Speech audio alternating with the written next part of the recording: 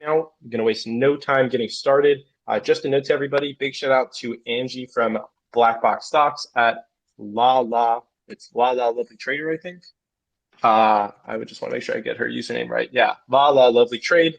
She is recording this space. That way it can be uploaded afterwards to Spotify, YouTube, wherever else you like to listen. So in case you miss something, don't worry, you'll be able to go back and hear it. I will put it on like I said, those things you can all find inside the link tree inside of my bio. Let's get right into things. My name is Goff Blacksburg. You can see my personal account up here, and I will be your host for tonight. We're going to be discussing SPACs, special purpose acquisition courses that have been just taking off lately. We've seen so many different types, and there's so much that goes into it. And I think people don't understand that sometimes there is a different style to due diligence when you're coming to SPACs, and you have to take apart the mindset of a typical equity, and it trades differently. And there's different strategies that I've learned by doing podcasts with people like Spec Guru and Julian up here. And so I just want to dive into that and give a full perspective for today. So to start off with, let's get the basics out there.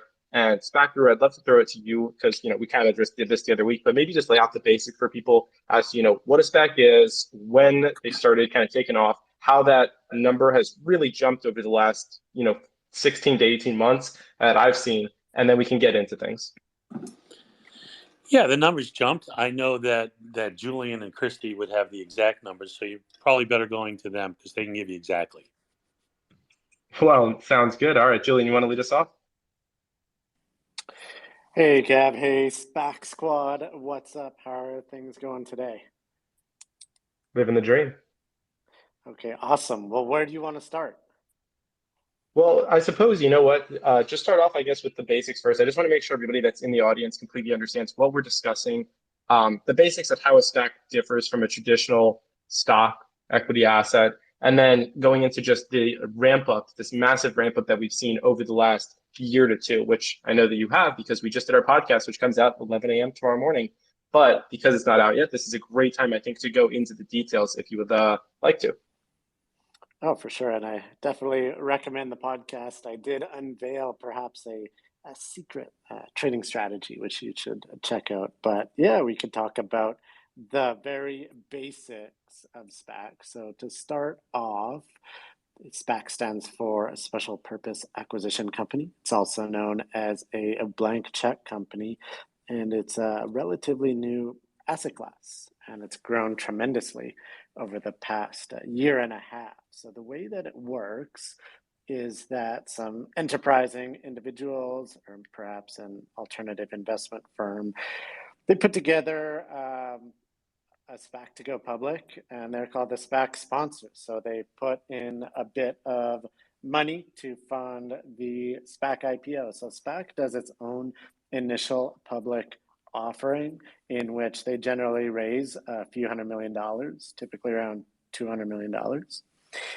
And that capital, it goes into trust where they can only invest it in short-term US T-bills or very safe fixed income, money markets, etc. And that will accrue a little bit of interest. So this SPAC IPO generally gets done at $10 per unit. And that unit typically contains a common share and a fraction of a warrant. Generally, it's anywhere from 1/5 of a warrant, 1/3 of a warrant, half a warrant to a full warrant. Sometimes you get rights as well. So SPACs are fairly boilerplate. There's well over 600 of them now, but each one can be a bit different. So the SPAC generally raises capital in an IPO at $10 per unit from hedge funds, institutional SPAC investors. There's SPAC dedicated funds, like for example the fund I run. We subscribed to one IPO today, a couple yesterday, and have done about 25 over the past month. And so it's something we're evaluating every single IPO. And once a SPAC sponsor raises capital for a SPAC, it starts trading in the market, either on the New York Stock Exchange or the NASDAQ. And that sponsor goes out and seeks a business combination or a merger with a private company to bring them public. They have a specified period of time, generally between 12 and 24 months, to conduct this business combination. And if they don't get it done which, last year about 1% didn't get a deal done. Then they liquidate and they pay back $10 plus accrued interest. And those warrants that you may be speculating in, those go to zero in that scenario. But for the most part, they do find a deal. And between deal announcement and the deal vote, you'll see a bunch of documents. They'll have the press release, the investor presentation, the definitive merger agreement, DMA, and then you'll have the proxy or the S4 that will come out, giving you details on the deal vote. And as the deal vote comes up, the SPAC gives investors, common share investors, the opportunity to redeem their shares at $10 plus accrued interest. And after the vote, assuming the vote goes through and all the conditions are met, then the pro forma entity, or basically the private company, takes over the SPAC and starts trading as its own entity. The SPAC is now de-SPACed, which is kind of the next stage of its life cycle. After the redemption period, a SPAC is no longer a SPAC. It's now called a de-SPAC, and then trades basically as a new entity. That redemption floor at $10 plus accrued interest disappears. So that's a very key date investors should be aware of. And the warrants can continue, and the warrants can get called after deal closing. So there's a lot of details and nuances that we could get into. I mean, the warrants are one thing. One trend that we're seeing lately that I tweeted about today is this notion of an overfunded trust. So some of the SPAC, or basically all the SPAC IPOs we've been buying lately, have a net asset value or trust value of about $10.20 per share. So the sponsor is contributing more capital to the SPAC just to reward IPO investors and to get IPO subscribers to invest in their IPOs. So that's a super interesting concept that has become a lot more popular lately. And to give you a brief history of when SPACs became so popular, so I've been following it since the asset class since 2013, and I built my first SPAC model back then because at the time I was running a closed-end fund arbitrage strategy, and SPACs are very similar to closed-end funds, except the only thing they hold is cash. And so back then, there may be 7 SPACs outstanding. And then call it April 2020, just coming out of the COVID pandemic bear market, there are about 90 SPACs for an aggregate value of 20 billion. So very small market at the time, sort of backwater. But then late in the summer, started to become quite popular. What changed is that I think the Virgin Galactic deal, which was Chamath's first social capital SPAC, that proved or disproved a certain misconception in the market. Historically, there's this belief that investors, public market investors, only wanted consistently revenue and profit producing entities that showed steady but slow, mature growth. So mature public companies. And the misconception was that a early stage, pre-profit, pre-revenue company would never make it in public markets. However, what Virgin Galactic showed, it really exemplified that there's tremendous demand for early stage kind of Series C, Series D type VC opportunities that weren't just pre-profit, but pre-revenue.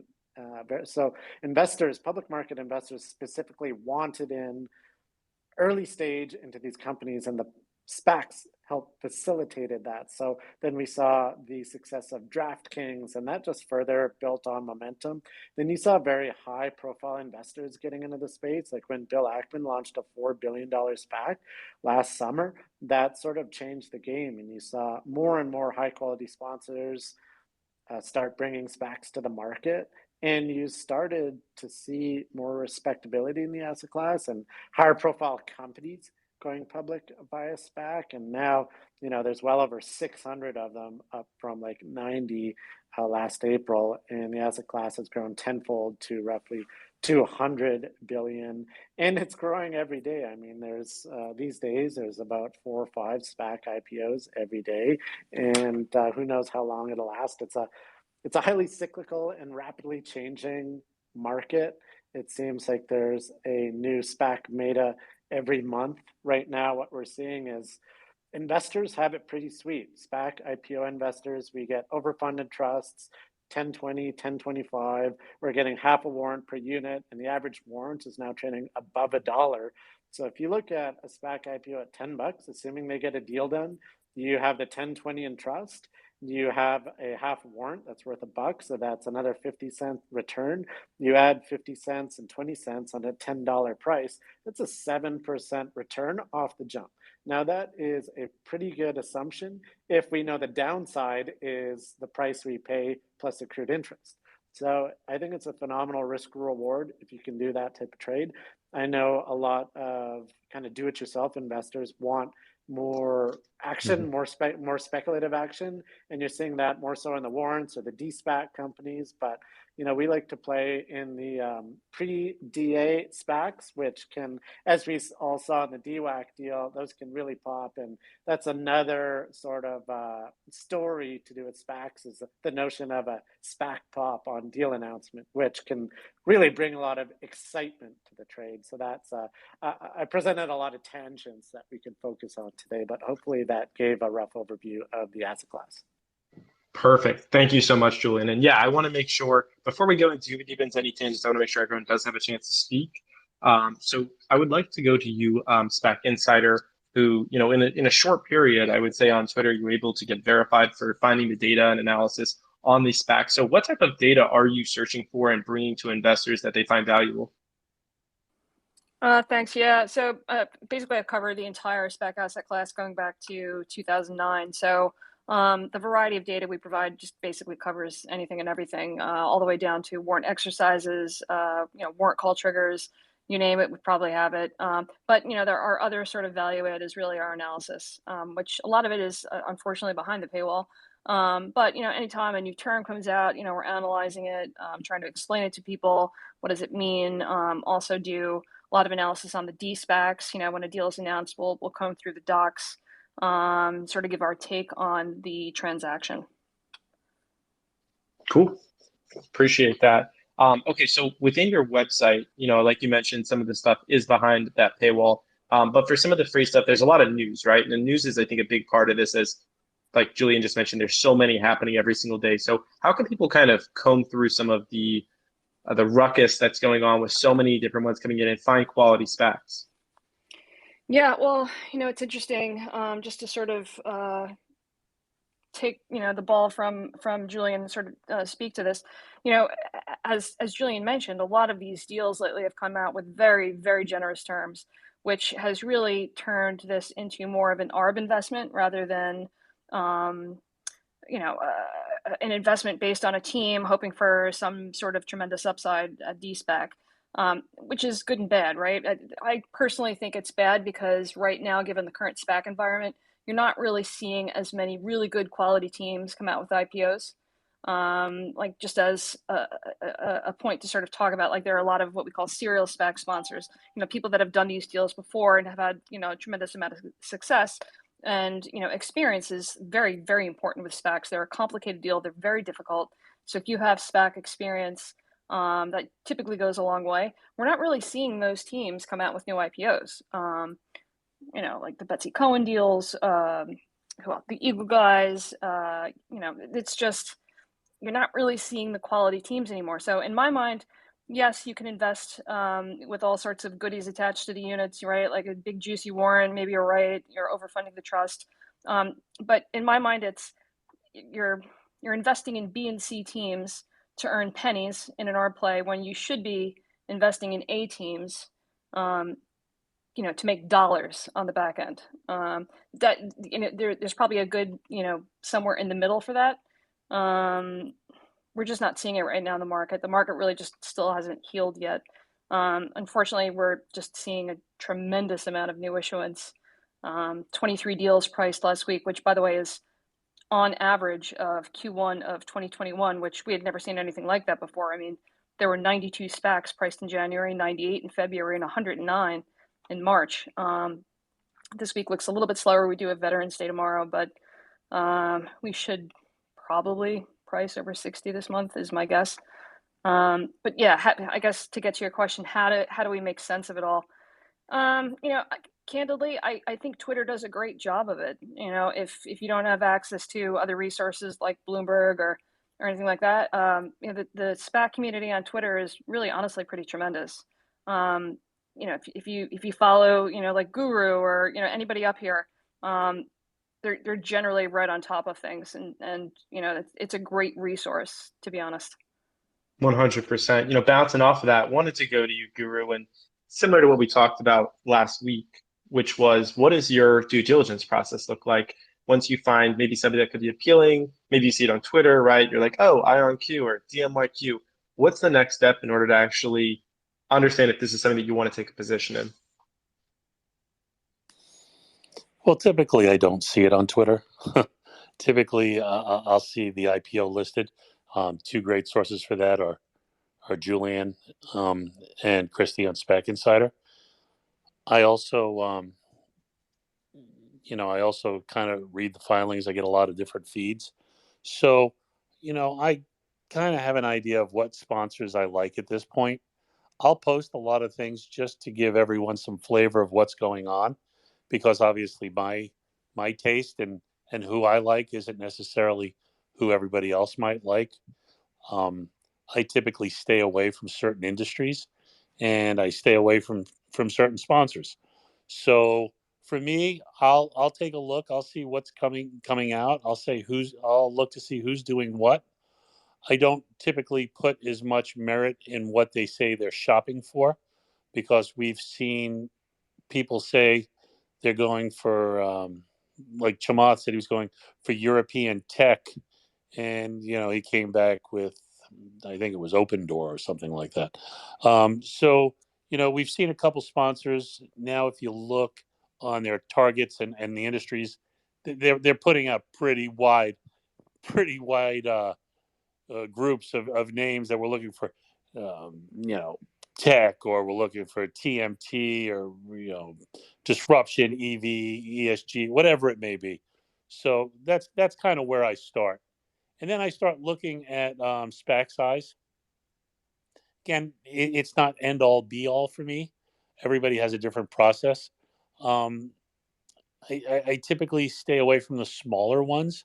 There are a few exceptions, and right now the bigger ones seem to have been a pretty good letdown too. I know Julian touched upon the Pershing Square. So instead of me just yakking on and on, I'm not trying to be evasive in any way, shape, or form. It's just the SPAC market just evolves so often that in a time where you see so many copycats, and anybody who's been in the SPAC market, I won't even go back to being in it that long. If you've been in it for a year, you've seen the runs. You've seen the LiDAR run. You saw the car chargers run. You saw the electric vehicle run. You saw the fintech run, and it just goes on. Who knew what LiDAR was before they followed SPACs? So I'm gonna mute for a while, and I hope that answered the question. Absolutely. Yeah, that's definitely a great start. And I know that if people want, your full 40 minutes, they can definitely go and check out the podcast to dive into that. But let's get into maybe some specific names. So Stock Talk Weekly, can you name for me maybe like two or three SPACs that you are maybe invested in right now and why you chose to invest in those? Yeah. Do you want me to just talk about SPACs or D-SPACs? Most of my trading focus is on D-SPACs currently because there's more volatility and I trade the volatility. But you want me to talk about SPACs specifically? Because I do own a few of those too. I think the SPAC and D-SPAC thing, maybe first just explain to people, what changes in between those and, why that's something that you go after. And then, yeah, you could talk to either side. Sure. Yeah. So, I mean, I've always been, I'm still a young guy, but I mean, I've been trading since I was 18. I've always been, a trader and investor that's focused on like emerging, disruptive, high growth, high tech industries. And so that's kind of why I got into SPACs, because, a lot of the companies that are brought public via SPAC, tend to be more speculative companies that, maybe wouldn't be able to secure an IPO on their own. And that's not always the case, but, you tend to see, especially in the last year and a half, that a lot of the names that are brought forward, they want them to be appealing or sexy to the market. And so, you've seen a lot of space and satellite names, EV names, even some digital sports book names that have come forward. in industries that are, considered emerging industries or high growth industries or high tech industries. So that's kind of why I trade them. But, the trading strategy has really changed fundamentally. And again, I'm looking at this purely from a high volatility or a high beta trader standpoint. Last year you could buy a SPAC, on the IPO of the actual SPAC, and buy the units or buy commons or warrants or however you wanted to play it, and you could ride, you know, essentially on many of the decent quality targets, you could ride a straight upside wave through every catalyst. You could ride it through the LOI, the DA, news releases, the merger, post merger, like SPACs were just running from 10 to 30, like no one's business. And they were creating, these opportunities where the shareholder base was thinking a little bit differently. The risk appetite was a lot more, risk on last year. And this year we've seen cycling through some speculative sectors where they've been hot for a few months at a time, but it's not how it was last year where, you could get into these names and just sit and watch them climb, week after week after week. You've had to be a little bit more nimble to trade these names this year. Anyone that's been trading the pre-merger names, the names that are actually still considered SPACs, those names have had a massive volume drop off, at least in trading volatility this year. A lot of them, even with decent targets, and again, the valuations of the deals improved too. Coming out of that risk appetite from last year and seeing how many of those names sold off aggressively from the D-SPAC highs, there was the risk appetite really changed and people were less willing to buy and hold these mergers. You saw a lot of arbitrage action in those names, and that was really where most of the trading was. So I didn't trade SPACs themselves as much this year. I was more so focused on the volatility in the D-SPACs and capitalizing off of that. That buy and hold strategy from last year was very different from how I traded this year. This year I was looking for key catalysts that started forming patterns. One thing I noticed early, I would say it's probably late February, early March, once we had that CCIV top off, which if you go look at, when CCIV topped off after that DA dropped and the valuation dropped, that was kind of the perfectly in line with the peak of the SPAC market. And so, I started reanalyzing strategies coming out of that when I saw the volume flushing out of these names. They basically all entered downtrends. I mean, the asset class as a whole coming out of February was in a technical downtrend. And so I started looking for other opportunities and, I started finding trends like, for example, 424B3 filings and effect filings very consistently for months, coming at March all the way through the summer. And, even recently, I was getting puts on those names and they were printing. And it was a very consistent and reliable strategy. And I was like, as long as it's working, I'll keep doing it. So I was jumping from DSPAC to DSPAC, waiting for these 424B3 filings, playing puts on the downside. And then the names that I wanted to own, whether I found them to be quality targets or they were names maybe where I felt like the deal was at a relatively fair valuation, which again, that was more so the case this year. Last year, I would say the vast majority were at very inflated.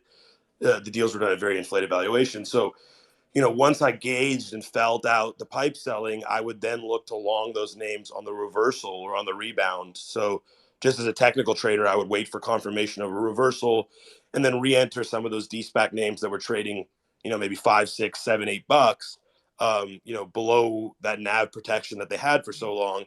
And, a lot of those trades wound up being successful as well. So, my strategy this year really evolved into finding targets that I think are decent, using those as bank accounts, entering as close to NAV as possible, using that to basically just store extra liquidity I had, and then trading the D-SPAC names on the downside and the upside, going short and then going long. That's basically what I've generally been doing. And, in the process, I've found 3 or 4 D-SPAC names that I actually really like, and I've kept equity. And to profit off that equity, I've been selling covered calls into days of unusual strength because, again, these names are very volatile. So, the optionality can be very profitable if you are, apt and vigilant about how the share structure changes things or how, catalysts might change things. So, from that perspective, I've been selling covered calls into strength, buying them back on weakness, keeping the premium, and then keeping the equity on, again, just a handful of names. So yeah, that's my general strategy in a nutshell. I kind of skipped over some things and simplified some things, but yeah, my strategy has very much changed on how to trade these names compared to last year, because again, I feel like the risk appetite has changed for the asset class. 100%. With that strategy being outlined, do you want to go into a few of the specific names? Yeah, so I mean, out of the SPAC names I'm in, DMYQ is one that I've been building a pretty massive position in recently. That's more so. I do like Planet as a target. That's largely also from the perspective of Nicola Demasi. I feel like is just a great deal maker. I've longed actually all of his SPACs, RSI, Jenny, IonQ. They have all paid really well to be in those names, not only just from the commons. I mean, the warrants have had explosive moves. They've actually had pretty good price retention versus a lot of other D-SPACs. Jenny and RSI especially have been really reliable. IonQ is a more recent D-SPAC, so we'll see. Today had a really volatile day, but I mean, still, it went from 10 to 25-ish in a matter of a couple weeks. So that move was still really nice, and I profited off the options there really well. SEAH is another SPAC name that I'm in that's still a SPAC. I have a small position in BRPM as well, but yeah, SEAH. Also XPDI. Here it's a little inflated. From my perspective, I wouldn't be adding XPDI here. I like to add anytime I'm buying a SPAC, I'm buying it as close to 10 as possible. I rarely am buying actual SPACs, pre-merger SPACs above 10.50. Rarely. So, in that case, in XPDI's case, I entered at like 10.22 was my first buy, I think. And then I bought some more around 10.14. And then I was full size on that position and I waited. And then in October, that thing kind of skyrocketed. I think it traded all the way up to like 15 or close to that. And, it's tapered off since, but I'm still holding that. So, yeah, XPDI, DMYQ, SEAH, those are SPACs that I'm holding. And then D-SPACs, I mean, I really liked RDW, although today that delay of earnings really killed the stock. It was traded down like 16% today. But I made, again, a lot of money on the options on most of these plays to where, if I do take a haircut on the unrealized gains on the equity position, I'm not usually too upset about it. RDW is a name that I really liked. D-SPAC, though. IonQ is obviously one as well, but that IonQ went straight into my long-term account. So I'm not really too worried about the day-to-day volatility there. CHPT is another D-SPAC that I own, but that's from a long, long time ago. That was SBE last year. So my cost basis on that is like on the commons is like $11. But again, I've used optionality there to profit off that as well. LCID is another D-SPAC I own in my long-term account, but that was one that I bought as soon as the LOI dropped. So again, my cost basis there gives me a lot of flexibility. Cost basis is like $11.50. But yeah, those are the general ones I'm holding. I'm not holding like 20 of these names. I'm only holding about 3 or 4 D-SPACs and 3 or 4 SPACs. Love it, love it. Appreciate the insight there into the ones you're holding and why. Let's get a couple more people involved in this. So, Gerg, big king of SPACs guy. What's going on, man? I would love to hear from you some Yo, perspective Trouble. as to Yeah, doing for good. me, I love when hit SPACs. If a SPAC is at NAV and the deal hasn't closed, I love it. After that, I hate that. If you look at the last 100 SPACs that closed, almost 70% of them went 10% under NAV the following week after the merger closing. So for me, the SPACs are lovers with high volume, low float, and around NAV. So right now, there's so many SPACs are just focused on the volume and it being close to NAV. And so many SPACs right now have so many ARB opportunities. So last week I bought AGC. Let me pull up my account. Here you go. So AGC, you could have bought commons for $10.70, and the $10 call was going for $1.25. So if you go and sell that, your cost basis goes down to $9.45 in a month. And it being a SPAC, you can almost make 6% a month risk-free if you can find these trades. And I'm doing this thing again. I will buy the call back and sell that again. So my cost basis goes down to almost 850, 880. So this is what I love. I did the same with IPOF. A lot of people just buy the calls and they don't look at the underlying. And same with short squeezes, right? If you look at VIH, was my biggest play of the year. I did sell it too early, but 70% of the stock was shorted, and when the stock was at $10. So do you guys know what happened with that? You saw 50% redemptions and the stock 5x in the following week. So these are the plays I like. But something else I'd love to do is buy puts and go short SPACs, which are about to have a pipe unlock. So as soon as the pipe, as soon as you see the filing, I usually go and short the stock. I did the same with Lucid, and if you look at the chart, FFIE failed the Friday, and MVST are the next two SPACs to announce pipe redemption or pipe unlock. So expect them to drop 30-40%. So I guess there's a lot of to do with volume, but once you Yeah. scan for the So volume right within now the you have like SPACs, over yeah. 300 SPACs, and most of them have under 50-60K in volume. So focus on the top 20 ones in volume. So if you don't have volume on the SPAC, you might get back. So follow the flow, follow the volume for the SPACs, I think. Don't buy SPACs under 50K in volume. You can't sell them right away if you're trading. But if you're investing, you might be able to get some good buys at 990, 985. But you won't be able to sell it at 10 plus until you see a volume influx with them. That's what, even though I hate Chamat and he has been blocked, I love his SPACs. Why? Because they have the most volume. So what else matters to you most besides volume? Once you find volume, what's the next step? I would say social media hype, right? If you see in hype, a lot of people buy call options blindly. The premium is way higher than it should be. So in that case, you might be able to buy shares and short the $10 call. That takes your average below the NAV, and you can actually have a 10% risk-free trade. And that's under a month. I did the same with VIH. VIH, I shorted the calls at 2, and the stock was at 1050. My cost base was 850 for that. So look for abnormal option activity. Even yesterday, IPOF, after someone was posting Discord rumor, the calls were up. You could have made 6% risk free. I think I told Special about that, right? We talked about the last night. Yeah, I'd been following that one. You can round trip on a number of these. With AGC, I was in and out 3 times. IPOF, we did the same thing September, did the same thing here. Over time with the same security, you can make well over 15-20%.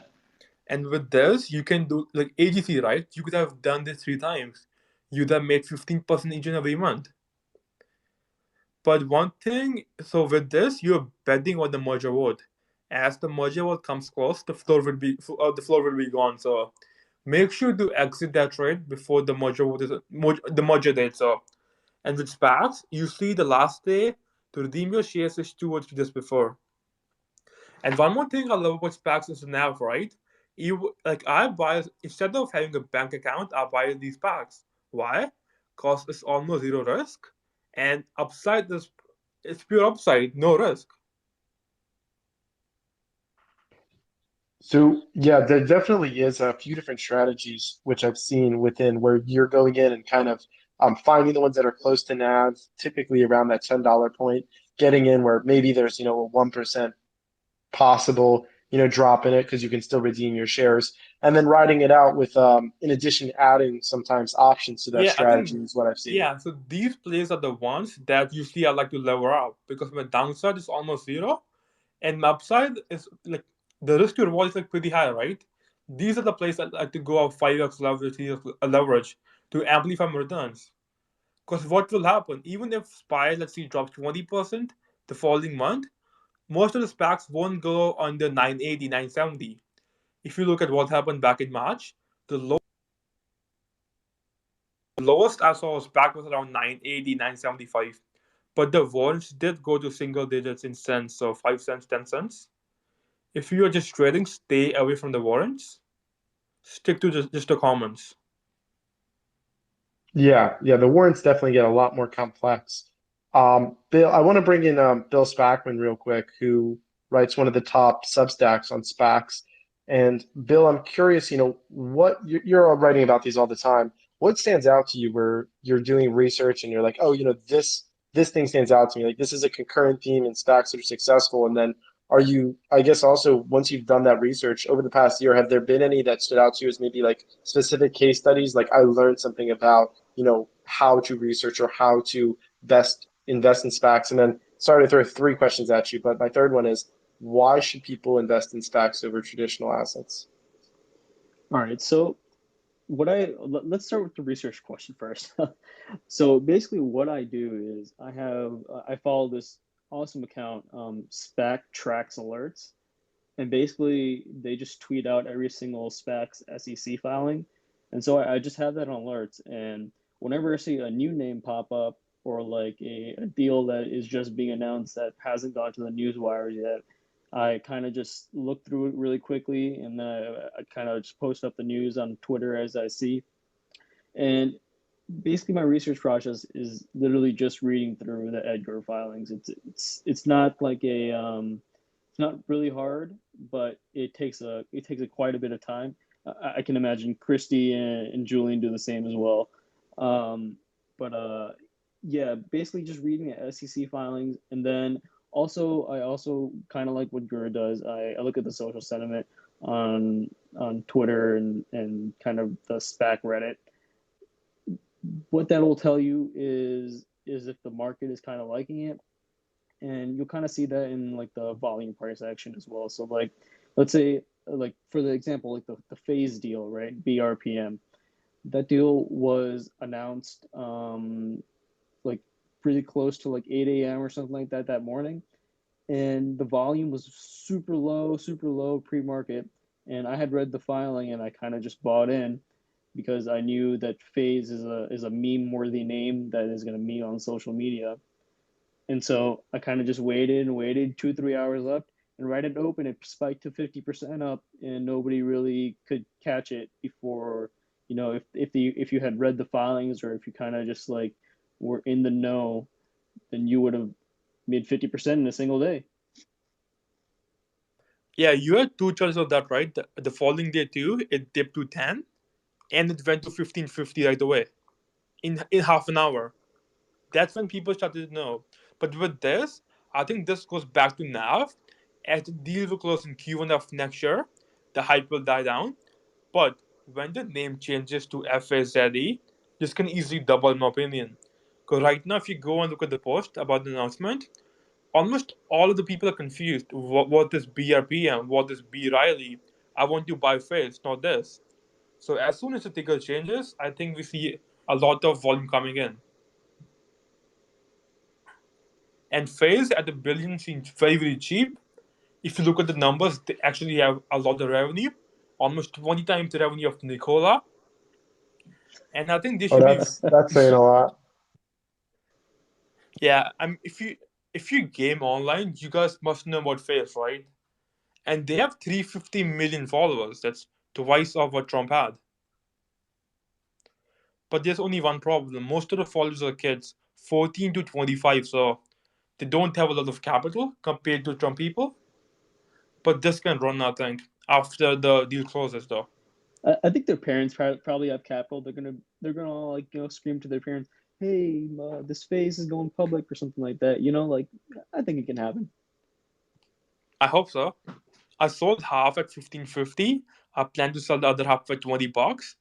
But the leftover, I think we might see $50 in the next 4 or 5 years. So I'd like to hold this long term. 42.69. Yeah, that's when I was solid that. There you go. Okay, so Bill, I'm actually I know I threw like a few questions away. I appreciate your response on the research side. I'm going to take that last question and throw it back over to SPAC Insider, and then we can go into a little bit more discussion based if people have specific things that they want to hit on. There's a little raise hand feature inside of Spaces for my speakers. So if there is something that you want to make a point on, or someone says something you want to make a comment on, feel free to use that. Easiest way to get around. But SPAC Insider, I want to throw a view is why should people invest in SPACs versus crypto or traditional securities? Well, listen, not every SPAC is created equal. I think people should be judicious in their SPAC investments and only invest in ones that they have strong conviction on, or um, have a trading strategy that they think will play out. Um, I mean, it's hard. You bring up crypto. It's hard to it's hard to not look at crypto and think like, well, why am I bothering with a 24-month time horizon with SPACs? Um, but uh, in a nutshell, like with SPACs, a couple others on here sort of alluded to the fact that most of the companies going public with a SPAC these days are growth companies. And the reason to invest in SPACs is pretty simple when you think about that, right? Because most of the companies going public via a traditional IPO route right now, or these days, let's call it, at least the last decade, they're very large, very mature companies by the time they go public, like Airbnb or Uber. Um, and all of the growth has already been captured by the private investors or the IPO investors that were allocated shares of the IPO and then they sold it right away. Um, SPACs are a little bit different, right? Because they're investing in a much earlier stage where people can invest now and capture that growth that was previously only available to, as I mentioned, private investors. Yes, it is definitely more speculative, but when they pay off, they pay off well, right? And part of the equation of investing, which SPACs to invest to, I think you asked that earlier. I do think you do need to do a lot of homework on the teams. You have to be confident in the people sort of leading these deals and their deal making abilities. Someone brought up the DMY guys, Niccolo De Masi, has a strong history of success, so he's an easy bet to make. Sometimes an easy way to look at that too is also, look at the underwriters who are doing these. Typically, typically the top banks, the Goldmans, the Citis, the JP Morgans, the Credit Suisses, the Deutsche Banks, right? Like they're the ones that are only willing to sort of work with top quality teams, right? So they're generally a safer bet. That's not to sort of discount the one. There are plenty of good teams that are in sort of like that mid level with, Jeffries and Cantor and BTIG for sure. But you have to weed through it and do a little bit more homework, maybe. I hope that answers your question. I think I kind of got off track a little there. No, I think that definitely does touch on it. Yeah, you can. I think one of the main things that's always stood out to me is going and finding the right team. And I think you just mentioned it, that the institutions will work with the right teams. They kind of help you with that due diligence there. Do you track institutions that are buying up large quantities of a specific SPAC? Are you talking about buying up the shares, or are you talking about underwriting the deals? I was talking about the shares, but I guess we can hit on both. Yeah, so I'm not tracking which institutions are buying it up. Well, actually, that's not true. I do track the pipe investors. That's also another good indication of quality of deal, particularly right now because the pipe market is so difficult. So if a team comes out with a transaction and they have really good quality, like a T Rowe as part of their, or Fidelity part of their pipe, and they can actually get a pipe right now, I mean, that's generally a pretty good indicator that this is going to be a good deal. The problem is you know, once it's announced, you got to hop on it pretty quick, right? Like you're better off sort of buying pre-DA, because once it's announced, and if it is a good deal, it's going to run up pretty quick. As far as underwriters, yeah, I mean, look, you can look at league tables just to see, who's doing these deals. Like on my site, I have a vote redemptions table, along with the current share price of the D-SPACs. So sometimes you can kind of filter it, like you can kind of check, each underwriter's success, right? Like if you look at all of the deals that Deutsche Bank did, what's their average rate of redemption and what's the average share price of their de-SPAC companies right now? It's generally a good way to sort of like filter through the noise. Got it. Got it. Appreciate that. Okay, I'm going to go to you, Jay, in just 1 second. Before I go to there, we're about 50 minutes in. Hope everyone's enjoying. If you're interested in SPACs, we're blessed to have, I think, the preeminent experts on FinTwit with us tonight on SPACs. They're all up here on this panel, and I highly recommend going into their profiles. You can just do a quick scan of their feeds, and you'll realize that you should be following them. This is a topic that is, in my opinion, still heating up. There's so much more for it to come down the road. And to be able to learn, to be able to do this type of due diligence and everything along those lines from these people for free, invaluable. So absolutely make sure that you're following these speakers that are up here. Each one of them is just a blessing to my timeline. And one other thing I just want to hit on before I go to Jay, if you are enjoying these spaces, I do my best to make it super easy for people to find all these spaces with a free public Google Calendar. There's two ways to access this. One, you can go into the link in my bio and just click, there's a calendar link, or two, feel free to just go ahead and DM me your email and ask me add it to the calendar, and I will add you to it. There are now about 700 people on the calendar that see all the spaces. It's non-invasive. It doesn't share your info with anyone, but you will always know when a space is happening. So if you want to learn more about SPACs or fundamental analysis, technical, crypto, NFTs, whatever it is, I will always try to have spaces on those regularly, at least 10 a week. So this will give you an easy way to get to them. Evan, I know that you had to hop off in a second. Did you have any comments you wanted to make?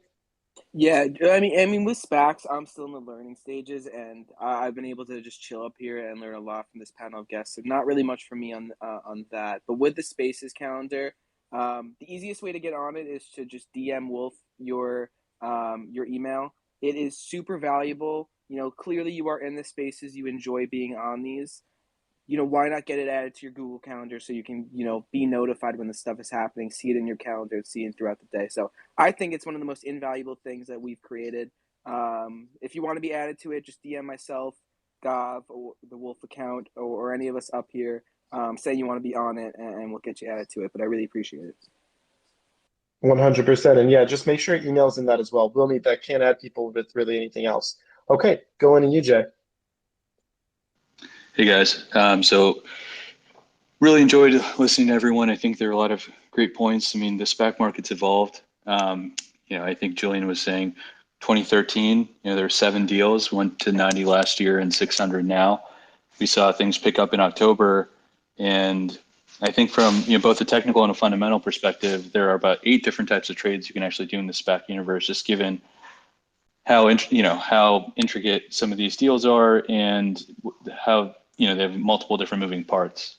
So you essentially have the easiest trade, which is buying a deal below trust, or being an IPO investor. Right now you're getting very low allocations. I put in a $5 million order and got like 300K on a recent deal. So it's very difficult to be an IPO investor.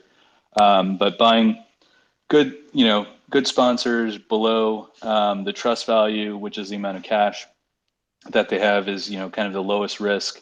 I almost look at it as a surrogate for treasuries, short-term treasuries with a higher yield. The second type of trade that we focus on is kind of the pre-DA warrants. So the list of 385 warrants. You look at the companies that have the best, or the SPACs that have the best sponsors, or you try to avoid the names that are illiquid or have trusts under 150 million, and you look for warrants under 50 cents, and those are interesting trades. They're more speculative. The third trade in the space that is interesting is after a deal is announced, if it doesn't move and you think that it's interesting with the business or the technology or the valuation, buying deals after they have been announced and waiting for them to pop and harvesting that gain or selling covered calls against it is another strategy. The fourth strategy is, as long as the merger vote is further out, is actually selling $10 puts on SPACs if vol is high and harvesting them that way. The sixth trade that we do is looking at post-DA SPACs actually after the vote, when you have a low float situation and the company has a high short interest, or it's actually a decent company that sold off for various reasons, maybe due to the ticker change. It wasn't, people weren't able to buy it at their brokerage, or for one technical reason or the other, it trades off. There have been a number of those that that have done relatively well. And the sixth trade is essentially the waiting for the pipe to unlock. So that's a very intricate trade that I've been doing actually for a long time, but this year ended up working really well. So we have a list of all of the S1s that we expect, using just simple averages of all the latest deals, days since the deal closed, days since S1, days since S1A, and kind of using that to estimate when certain deals are going to have their 424(b)(3) filing and then go effect the next day. So everything from, Lucid to Re to Joby Aviation to Sextera, to Rover or XOS or IronNet. There are literally dozens. I have a list of 64 of these where you have a hit rate of 80%, and that will change. The reason why it's been working is as of October 56, the redemption rate was 56%. In February it was 5%. So redemptions have gone up, and when a pipe unlocks, the pipe is a very large percentage of the float. So if you're able to buy cheap puts or put spreads, before that, you can, we've been fortunate to see 200 to 800% returns. Whether those are sustainable or not, we'll see. And then the seventh trade we have in the SPAC universe, which I like the most, is the long-term trade, which is finding de-SPACs with good management teams, good fundamentals that can generate forward free cash flow, that have moats, barriers to entry, good brand names. And so we've done work on a number of situations where we have fundamental models and commentary. We never provide buy-sell recommendations on anything. But some examples are Cano Health, which just did beat earnings, trades at a 50% discount to OSH. Skin, the beauty health company, which we've owned forever. AirSale, where we've owned warrants and common. And it's a great management team. I know them from private equity and my merger arb days. AvePoint, which is yet to prove itself, but it's a cheap SaaS named BarkBox, which just crushed earnings recently, actually just after the close, up 8% after the close. Holly, good fundamental industrial business. I mean, we can go on and on. There are a lot of great companies, PaySafe being another one with a great manager, Bill Foley, serial entrepreneur, billionaire, where we actually do the fundamental work. We dig into the financials just like you do with a company. And there are actually the SPACs that I like for long term are the deals that are not sexy sometimes. So, with AirSale, no one was focusing on it.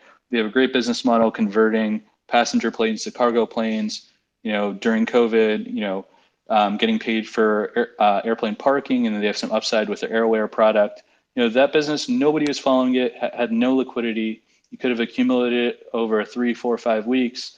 And, the moment they announced their second earnings, it went parabolic. So, really love the space. I think that there's a lack of sell side focus on it, and that's why it's interesting to me. But I just listed off 7 or 8 different strategies, different ways you can play the space. I personally, have focus on spinoffs, focus on merger arb, focus on finding companies that trade below cash or below some of the parts. Those are special situations. SPACs are now like the biggest allocation in my portfolio, and I have them on in a number of different ways. And the IRR has been great. For example, my portfolio was up today, and the market was down. I think IWM was down 1.5%. So it's a really interesting strategy, and really look forward to what happens in the future. Wow. Awesome to hear that there's so many different ways to trade these as well. And it's crazy that they're taking up such a large part of your portfolio. And definitely there is opportunity in the market, even on these down days. It's crazy. I'm scrolling my timeline. I've seen multiple people who said this was, a crazy down day for them. And then some people are up. I was doing fine until crypto decided to tank. But yeah, it really has been an interesting thing. So Julian, I want to bring you back into this. It's been a little bit, and I know, so the strategy that you deal with SPACs is entirely different. And I know we spent like 20 minutes talking about it. Would it be possible to like compress it into like 3, 4 minutes? More about what your style is, because I thought it was super interesting. People should hear it. Yeah, so you are inquiring about SPAC arbitrage, which if you just Google the art of SPAC arbitrage, the little kind of booklet I wrote on it will come up, which explains it in more detail. But for me, I conduct SPAC arbitrage, and just to disclose that I do run a hedge fund ETF. It's called the Accelerate Arbitrage Fund, trades under the ticker symbol ARB on the Toronto Stock Exchange, and that's where we implement this strategy. So SPAC arbitrage is all about making money on every single trade and not making a lot. We're not looking for home runs, not looking to shoot the lights out. We are looking to do 7 to 8% annualized returns, which are, attractive to institutional investors, RIAs, and things of that nature, because bonds are, crappy these days. No one wants to own bonds, and equities are volatile, but you can put together consistent returns in a low risk manner by affecting a diversified SPAC arbitrage strategy. So the way that it works is you can either buy the common shares or the units at or below net asset value, aka trust value. So you look at how much cash and trust do they have these days. A new IPO will generally have like $10.20, but that's something that you got to read the filings and see how much they have in trust. It'll change slightly each quarter. You take a look at the 10Q, but interest rates are so low these days on T-bills that it doesn't change much. So the net asset value will be $10 and change. So you could buy the units if you want that warrant upside, or if you want a cheaper, more pure play ROR rate of return type arbitrage trade, you could buy SPAC common shares at say 960, 970, and there's a built-in yield. So think of buying SPACs at 970 as buying zero coupon T-bills at 97 cents on the dollar. That'll mature in a year or two, and you'll get back 100 cents on the dollar. Yield to worst is what is the yield to liquidation. So if the deadline's in a year and it's trading at 970, that's roughly a 3% yield. And so you can expect. I went through the economics. If you're buying a SPAC unit at $10, they have 20 cents in trust, and you get a half warrant, and you assume the warrant will be worth $1. Then that's a 7% return right off the bat, which is really the target that we're looking for. We do apply a modest amount of leverage, prudent amount of leverage, roughly 1.5x to the strategy, because we always have that downside protection via redemption. So it's a pretty boring strategy. You buy pre-deal SPACs at or below net asset value. You sit and wait. You wait until they announce a deal. Hopefully, it trades above net asset value such that you can methodically sell and crystallize that win and recycle that capital into new issues. And if it doesn't trade above the trust value 2 days prior to the vote, you redeem your shares and you get back $10 plus accrued interest, and you can monetize the warrants as well. Redeploy those, recycle those proceeds into new issues, so rinse and repeat. So it's a strategy that we like to say is heads we win, tails we win big, because we know as long as we're buying at the right price, and this is really key. Actually, there's two keys to the strategies. Number one, buying at the right price at or below net asset value, and exiting at the right time. So after they announced a deal, hopefully at a premium to NAV. If not, make sure you redeem, because a key tenet of SPAC arbitrage is never holding on to a D-SPAC. You should always be out by the vote, because you never want to lose that NAV redemption floor.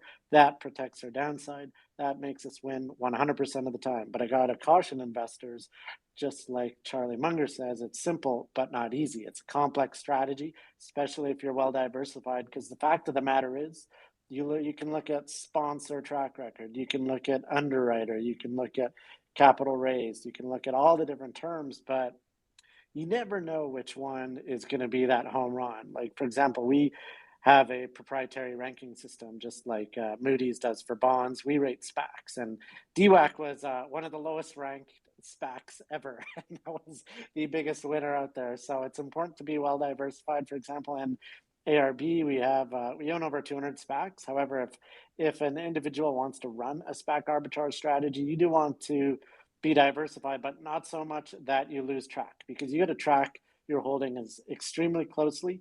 Because I've gotten calls from individual investors, even institutional investors. They're like, what's up with the SPAC? It's down 20%, $8. I thought this was a safe trade. Well, they missed the redemption vote, and that is really key. Is the operation and the administration of the strategy it's administratively complex. So if you're going to attempt it, then you need to put in a ton of work to affect a SPAC arbitrage strategy. But if you do, you can generate great consistent returns with low drawdowns and tremendous risk reward that is perhaps unmatched in any other asset class. So that is SPAC arbitrage in a nutshell. And if you'd like to learn more, just Google the art of SPAC arbitrage, and that gets more into the nitty gritty. Love it. Appreciate that insight into there, Julian. I only learned about that strategy from you last week and found it super interesting. Not applicable to my personal trading style, but you never know who's out there. Okay, Stock Talk Weekly, I want to go back to you and think I'm getting some DMs from people who I think are a little bit more in the beginner stages of this. And I just wanted to, hear from you as somebody who's been trading stocks for a decent amount of time now and also, trading yourself for about a decade, over a decade. What advice would you give to beginners in this space? I would say educate yourself first. Understand, why NAV protection is something people talk about all the time. Julian's touched on that. Jay touched on that as well. But they give you trading SPACs gives you a very unique risk reward because, while I typically say on any trade you can define your risk, which is true, especially if you're trading during the regular session. Obviously, in pre-market and after hours, you can't use stop losses and the sort. I mean, you can still actively trade and manage your risk, but again, I digress. My point is that you can typically define your risk on any equity or any asset as a trader, but with SPACs, for newer traders, the beauty of the NAV protection, which for those who are new, and again I'll try to speak from a simple perspective for people who may not be familiar, but that's net asset value protection. So it's the protection you get from the value of the trust, which allows you to redeem your shares should they trade under 10 or wherever you buy them. That floor can vary by a few pennies here and there. But the point is that for new traders, educate yourself on how SPACs work, what the relevant filings are. If you are trading them when they're D-SPACs, you need to know about, the 424B3, the S1 filings, the effect filings, the S1A filings, which are the S1 filings with SEC commentary. And then on the, in the interior part of the SPAC world, so when it is still a pre-merger SPAC, there's a number of filings you need to know about as well. So learn how to read SEC filings, what they mean, learn how to scan them, look for important information. That's really an education standpoint. I mean, any of us can sit up here and talk about SEC filing by SEC filing and break them down. I don't think that'll be exceedingly helpful for most people. I think what you should do is just go look into it. There's a number of great resources, SPAC Track, SPAC Insider, that can give you objective information that you can go look into. And, when you find terms you're unfamiliar about, unfamiliar with, educate yourself and learn about basically, how SPACs work, how the units work, and the commons and the warrants and arbitrage opportunities between those. Understanding about warrant redemption, with D-SPACs, understanding about redeeming shares for, net asset value. You learn about all these things first before you're going to get into trading them. And once you've educated yourself on the asset class and all the relevant filings and how the float structure may change, during the SPAC or D-SPAC, and understanding pipes is also another critical thing. Those are private investments in public equity for people who don't know what that stands for. And you can go and understand, how those work, oversubscribed pipes, pipe lockups, all of these things. I can go on and on and on. There's so many key terms and parcels of knowledge that you need to have to trade these with full awareness. I mean, I know people, a lot of retail traders especially, are trading these without really understanding all of the nuances and intricacies of the filings and the float structure. But, knowing those things, gives you broader awareness and better ability to trade these things from different angles. It kind of goes back to one of the strategies I mentioned earlier about playing puts or shorting on the 424B3 filing and how consistently that worked, right? Someone who didn't understand the impact of those filings wouldn't be able to forecast that trade. Another example of this is with float structure is some of these SPACs recently, where this wasn't really a theme last year, although in certain cases it was. But this year, one of the trading themes that emerged was these high redemption SPACs, which is, SPACs where a large percentage of the float was redeemed. And then post merger, they became very low effective floats. So again, to simplify that for people who don't understand, if 80-90% of the float is redeemed, then the effective float for trading becomes very low. There were some of these names that were trading a few 100,000 shares, some that were trading in just a few million shares. And we saw these enormous one-day moves where, the commons were running hundreds of percent, the warrants in some cases were running thousands of percent in one day. Those kind of moves can be forecasted if you understand the float structure and how it changes. And, a lot of people playing those high redemption names who were playing these explosive moves, people who weren't app traders and weren't taking profits, ended up holding really severe bags because they would, hold and be like, oh, I missed that first pop. I'm going to wait for the next one. And then before you know it, there's a 424B3 piling, the pipe opens up and the float just becomes enormously larger than it was before. And now these people are stuck. The volume retreats, the float gets bigger, the price actually starts fizzling out. And these people are stuck waiting for a squeeze. Like, I have people who still comment on posts and DM me about, high redemption D-SPACs from months ago that have already filed these things, right? And so people are still thinking, it's basically a lack of education and understanding is the reason why most people are failing to trade these effectively, in my experience at least, and the people I've talked to. And so if you take that extra couple hours to go learn about the relevant filings and, the intricacies of the float structure for these names, you're going to be better equipped to trade them. So yeah, I would say, if, for newbies, the first step is education. Go follow all the big SPAC accounts. Go follow Guru and SPAC Insider and SPAC Track and whoever else you want to follow who talks about SPACs, and learn the information, and then go into it and trade. And you can trade if you want to be more conservative, and define your risk and really have almost no downside. You can trade in the way that Julian does and arbitrage these opportunities. Um, and you can also, if you're a more risk tolerant trader or a younger trader, maybe, or I mean, I don't know if being younger makes you more risk tolerant. Maybe it does. For me, it does. But, if you're a more risk tolerant trader and you want more beta and you want more upside, then you can play the warrants on some of these names. You can play the D-SPAC names. You can play the reversals and the oversells and the news catalysts. And, keep in mind, again, most of these companies, and obviously there are some that aren't, but most of these companies are high tech, high growth, speculative companies, especially the ones that have come forward recently, and especially the ones that see volume. Right? I think it was Gurgavin who brought up volume earlier. I'm a very volume driven trader. I'm constantly looking for volume trends as a sign of either preceding a move or a sign of a sector getting hot or a theme getting hot. So I'm always looking at volume ramps, volume inflows, volume outflows. So, you see that much more consistently with the quote unquote sexier names, the names that are in electric vehicles and, the names that are in space and satellites and these sectors, that tend to recruit volume and attention much more easily off their PRs or just off hype and chatter. So I tend to center around those names. I'm not saying there aren't some opportunities outside of those sectors that I've liked, but I tend to center around those names. And understanding what you're trading is important too, especially if you're holding these post-merger. Especially being aware of the targets is critically important, in my opinion. Being aware of the deal valuation is critically important. Being aware of, was the deal inked at a valuation that already makes it excessively overvalued compared to most peers in the sector?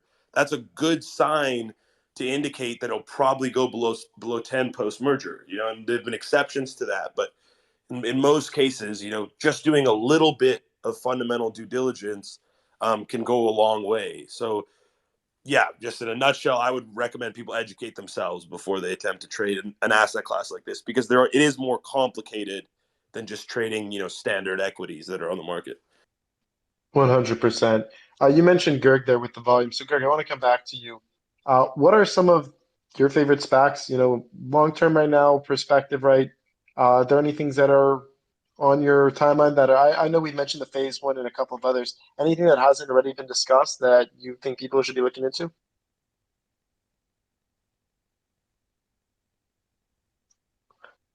For you, Gavin, but if you're away, I'll take that same question and I will propose it to SPAC Guru. Any other ones? Yeah. Yeah, there's a few I like. I really like the Gogoro SPAC, which is PPGH, which was Poma Capital. Homer's son is the head of the team over there. I think they're pretty smart. I spoke with the folks over there in Asia. They have a great team, ready for prime time. Could have easily been an IPO. They're making money. It's trading below net asset value. To me, that's a no-brainer. I also like the old Goldman deal, the GSAH. It's now MIR, and I think Goldman did the not only the SPAC and part of the pipe, but I also think that they were some of the early round investors as well. So it's just got the Goldman fingerprints all over it. So at some point they're going to jam that thing. LOL, LOL. And there's a couple others I like. I'm watching the Rivian. It doesn't really matter what you think the valuation of Rivian should be. When you look at Lucid, and I think that GGPI, the Polestar deal, I think that thing right now got beat up. I think it's around 1060, 1070. You have 6 or 7% downside. I think that there might be some type of sympathy play maybe at some point. It hasn't traded much volume, so there hasn't been much of an opportunity for the institutions and IPO investors yet to kind of turn the float, if you will. So, again, just full disclosure, I bought some calls and then I rolled them out from November to December, and I'm glad I did that before the price got crushed today. But I do know that I spoke with the PPGH folks the other day, and we're going to put out a video that I did with them. So it's pretty interesting what they have going on. I didn't get paid anything. I put out a tweet the day that I bought some of their warrants, and I own units and warrants in my IRA. Hey, Specker, it was really interesting on GGPI. I was essentially buying common, below 11 to anywhere from 1060 to 11, and then selling the D's calls, the 12s, the 15s, and then the Jan calls. And you could actually, make GGPI. You could buy, effectively buy it, maintaining your upside in like the 1020, 1030 area. So I thought that was interesting, and you still preserve, your 10 to 12 and a half or 10 to 15 move. I know you do a lot with options as well. Yeah, and again, I tell everybody, if you follow people on Twitter who tell you they make the right call every time or they never lose, please unfollow them, because that can't simply be true. A lot of times I will put on a call spread. I was greedy, so I did not put it on as a spread. I bought just calls, figuring I would leg into the spread as stock appreciation, which I was kind of hoping would happen. When I saw this morning that it was not happening, I got a little bit nervous with the short expiration, because I knew that Rivian was coming out today. So I decided to pay a little bit more premium. I think I paid a dime to roll my November 10s to December 10s. And if and when we do see any price appreciation, I'll sell a higher part of that to get the spread, to get my price down. Love it. Yeah, taking a look right there at MIR. Looks like it's been running. Yeah, Marion is a really interesting company. We actually have we have a DSPAC ranking list 1 through 5 based on the manager, underwriter, quality of the company, financials, etc. And Marion is a 2 out of 5. We have it on our I think within a couple of years, it's a decent business. I wouldn't be surprised to see it in the mid-teens. But yeah, former GS deal. Cool stuff.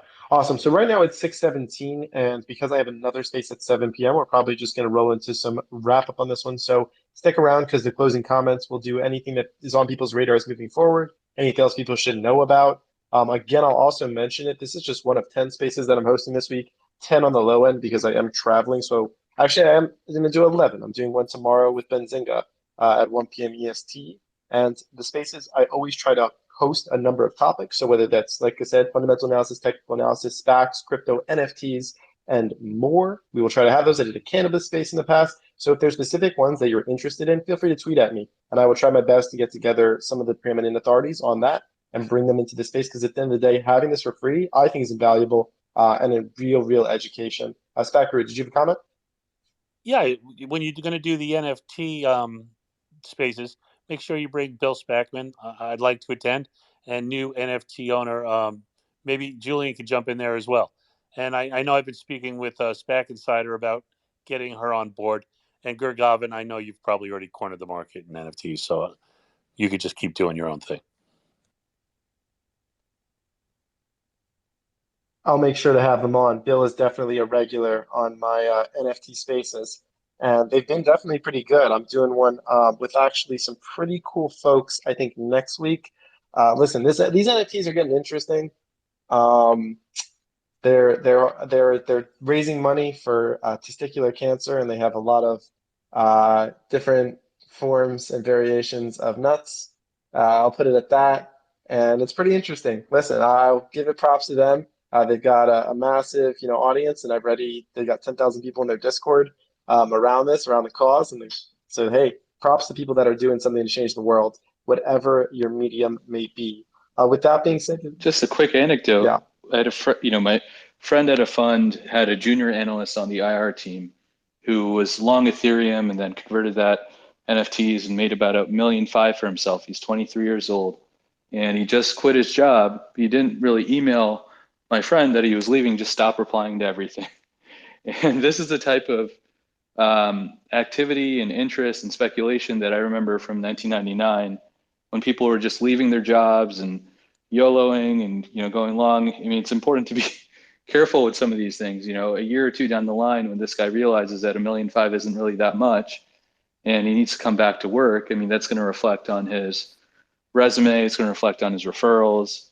But wish everyone the best. It is interesting. It does make for a fun year. Yeah, that is thanks for making me, feel like I'm behind the curve somehow. I'm kidding. There's plenty of time to make money in this market, especially if you have a long time horizon. Okay, we're gonna go into some wrap up. While I'm wrapping up, if you haven't already gone ahead and just DM me and ask me on the Spaces calendar, if you're not on it yet, just go ahead, shoot me a DM, ask me on the Spaces calendar. Make sure your email is in it so I can put you on there. And we'll have you on all of these spaces because once again, nothing better than this free education that we're getting. Already a bunch of people DM me during this space. I'd love to get 1,000 people on that so we can have massive spaces every single day, even bigger than we have now. Goal is 2,000 people regularly per space. We'll make it happen. Evan? Yeah, aim higher. That's okay. 10K. 10K incoming. Make it 10K. 10K.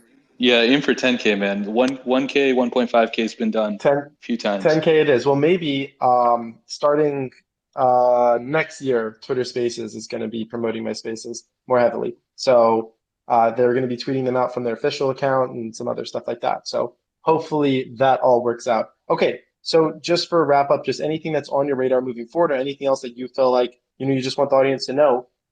Bill, do you want to go first? Yeah, hey, thanks, Wolf. Like as always, your spaces are fucking awesome. So some trades I'm looking out for in the next few weeks. There is the DMYQ merger that's happening towards the end of the month. I think the 1st or the 2nd of December, maybe. That's one I'm really looking out for. I'm already accumulating a position in that one. But other than that, if you want to learn more about what I'm thinking, you can go to Substack. That is my newsletter that I write every single day about SPACs. We just cover the daily news and sometimes do deep dives into some of Twitter's favorite companies. If you want to click the link in my bio, you can do that and subscribe. Really appreciate it.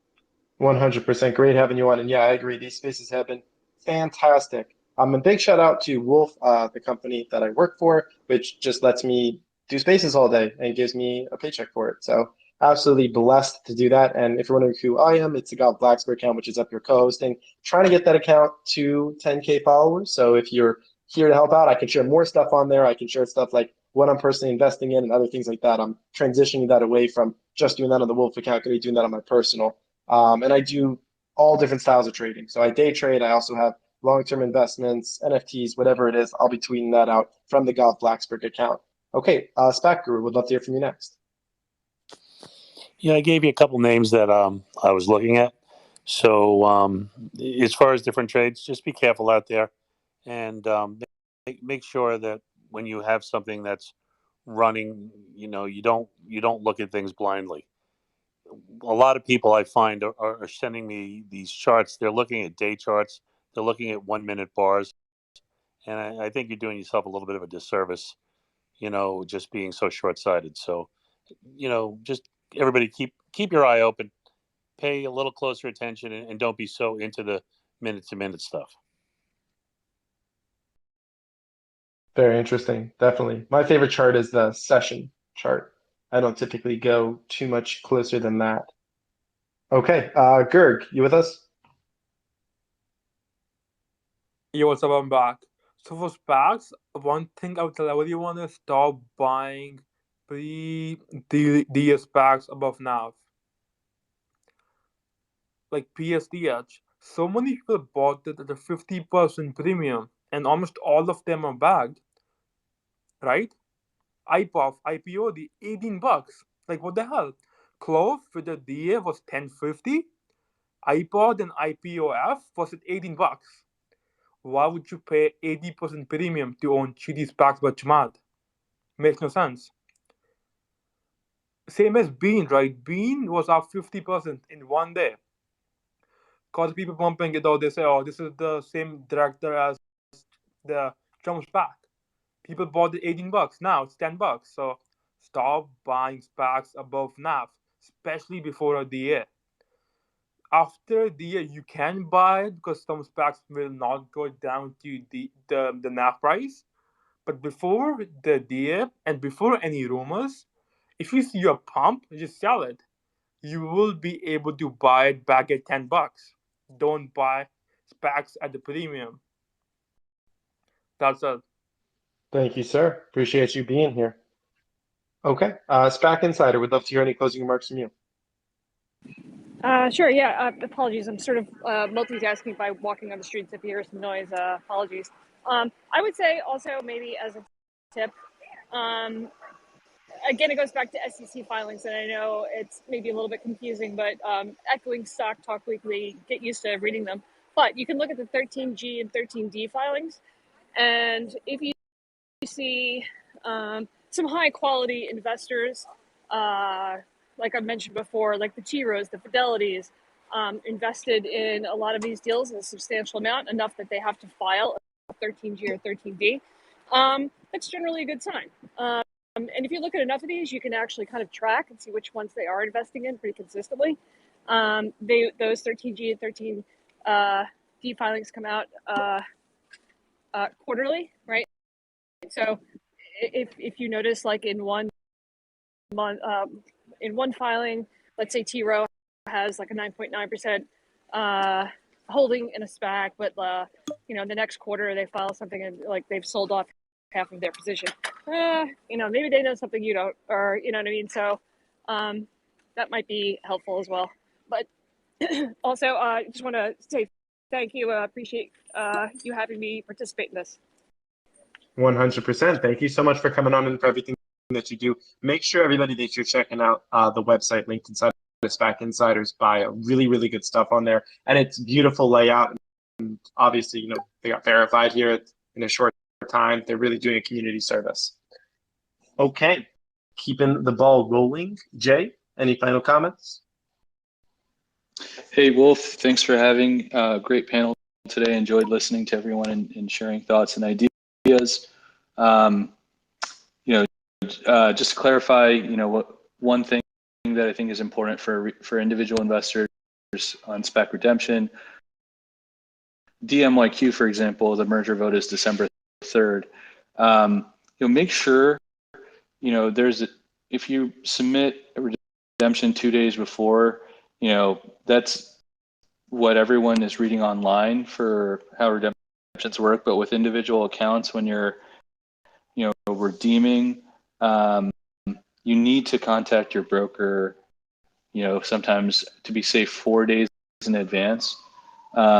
Just be careful, if you're counting on a redemption. There have been a number of cases where in every single filing.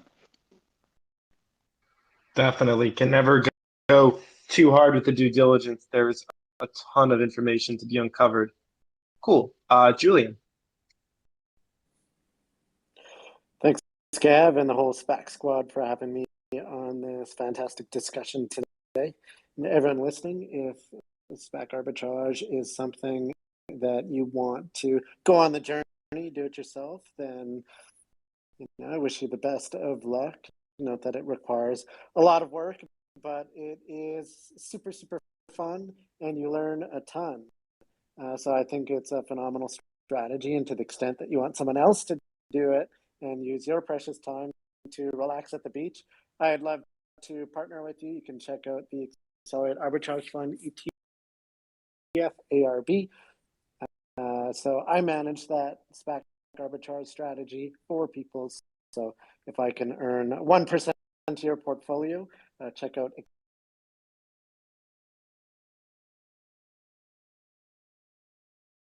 accelerateshares.com to see our other alternative ETFs. If we do SPAC,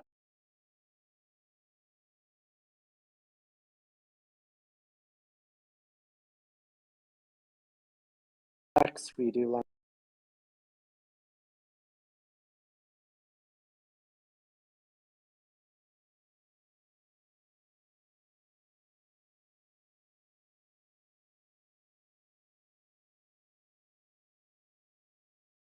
short equity, we do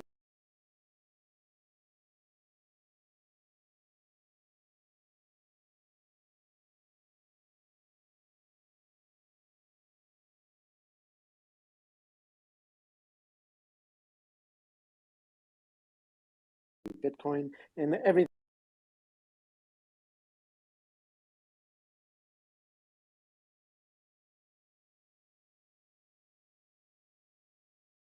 in between. So yeah, I'd love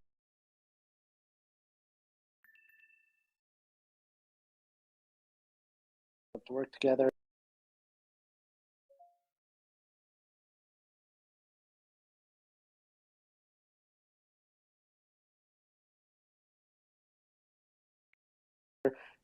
Check out the website, give me a follow on Twitter, and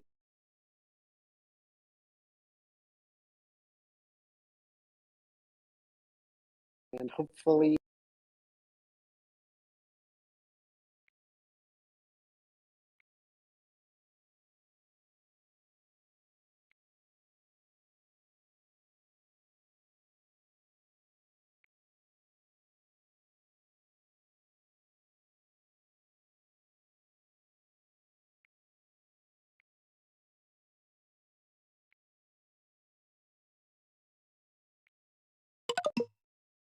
getting in and out of these names at the right times. So, if you're a nimble trader and you educate yourself enough, you should be able to do it effectively, or at least find a strategy that might work for you for the time being. But, don't be afraid to adapt that, because if I was trading SPACs the same way I was trading them in 2020, I would have lost a lot of money this year. So, instead, because I adapted my trading strategy, changed it, played the downside a lot more this year than I did last year. Last year I was not buying puts on hardly any of these names because they were running from 10 to 30 on nothing. Some of them were running from 10 to 20 on just rumors. So, understanding the difference in the risk appetite in the asset class, how the shareholder bases have changed, understanding the reluctance now for people to hold some of these names through the LOI, through the DA, through all the news, through the merger.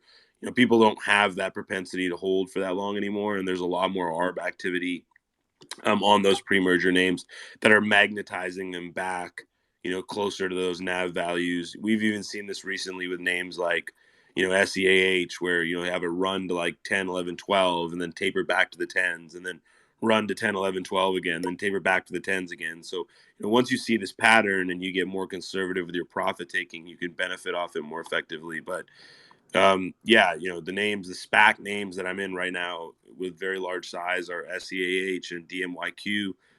Again, I entered with near zero risk at as close to 10 flat as I could. I'm riding those names into post merger. SEAH, I think, is one that I don't expect to dip as much as some of the other names did post-merger. I could be wrong.